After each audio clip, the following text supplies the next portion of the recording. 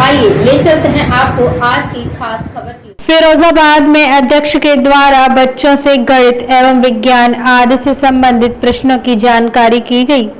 बच्चों के द्वारा भली भांति उत्तर दिए जाने पर संतोष व्यक्त किया गया। उक्त विद्यालय के परिसर में ही आंगनवाड़ी के बच्चों का अन्नप्राशन कार्यक्रम भी रखा गया था।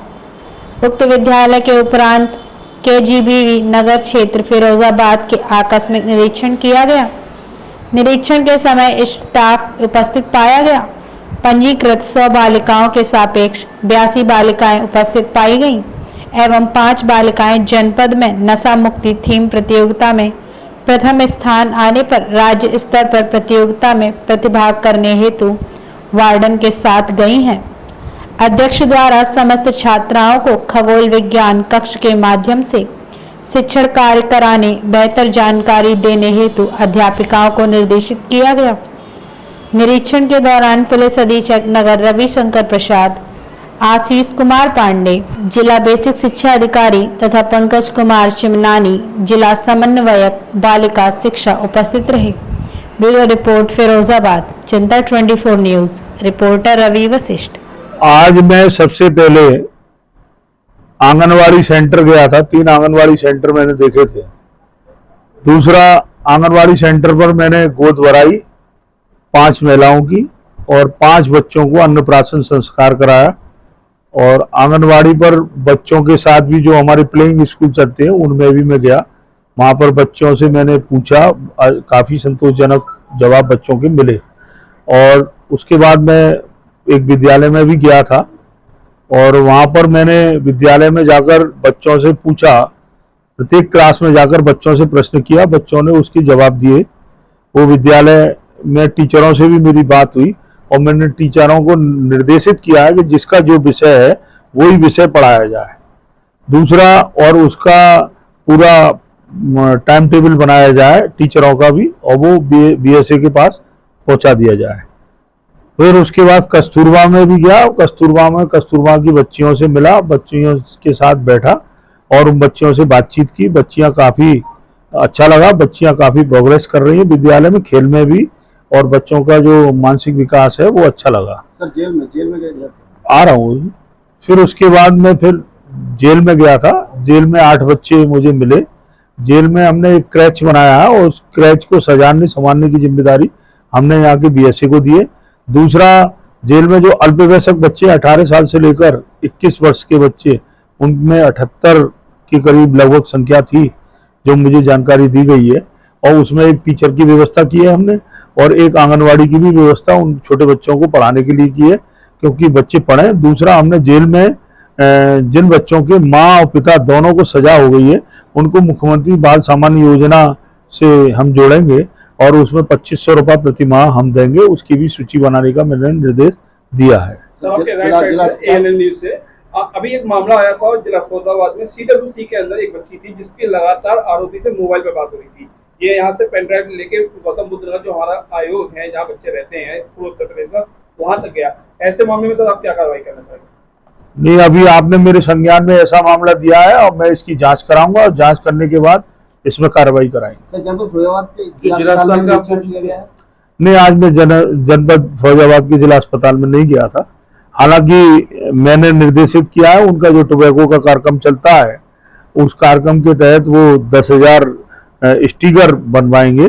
हमारा जो एक युद्ध नशे के विरुद्ध नारकोटिक्स विभाग और राज्य बाल अधिकार संरक्षण आयोग का ज्वाइंट एक्शन प्लान है, उसके तहत वो काम करेंगे। और आज मैंने अधिकारियों को भी निर्देशित किया है, क्योंकि हमने गाइडलाइन दी थी 4, उसकी आज मैंने समीक्षा की है। काफी काम उसमें हुआ है, अभी काफी काम करने की आवश्यकता है, उसको मैंने निर्देशित किया है, वो काम पूरा जल्दी होगा। भिक्षावृत्ति को लेकर तमाम योजना चल रही है, लेकिन आज भी कहीं ना कहीं ये चीज बढ़ती जा रही है। इस पर अंकुश हम लोग कैसे लगा रहे हैं?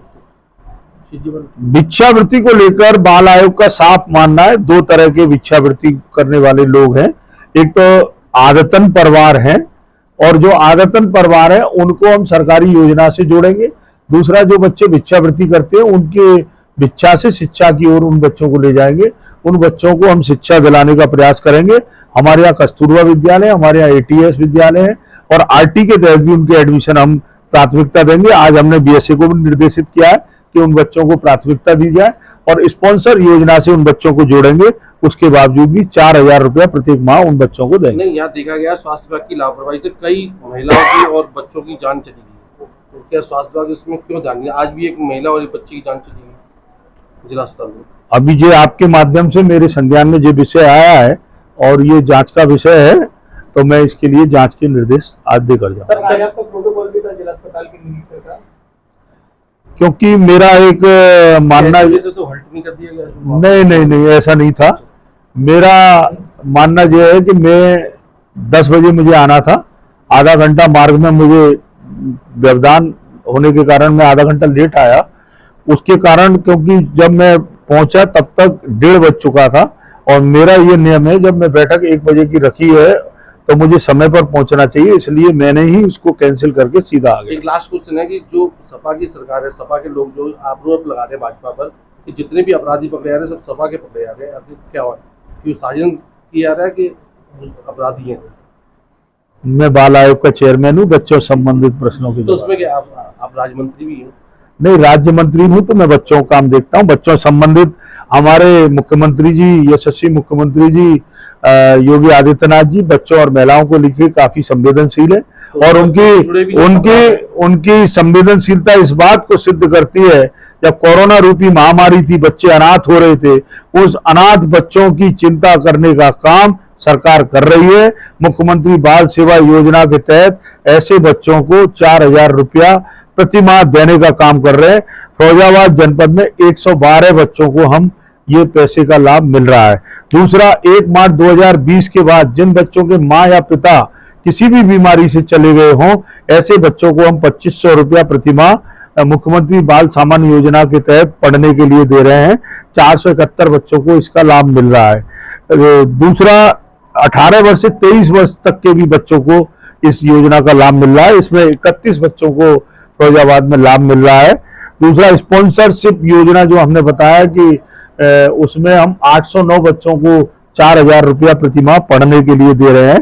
कन्या सुमंगल योजना, बेटी बचाओ बेटी पढ़ाओ, जो हमारे प्रधानमंत्री जी का जो स्वप्न है उसको साकार करने का काम सरकार कर रही है। पहले 15,000 रुपया दिया जाता था, लेकिन पिछले रक्षाबंधन पर मैं योगी जी को धन्यवाद दूंगा, उसको 15,000 से 25,000 रुपया 6 बार में 0 से 18 साल तक की बच्ची को दिए जा रहे हैं पढ़ने के लिए। 24,932 बेटियों को इसका लाभ फैजाबाद में मिल रहा है।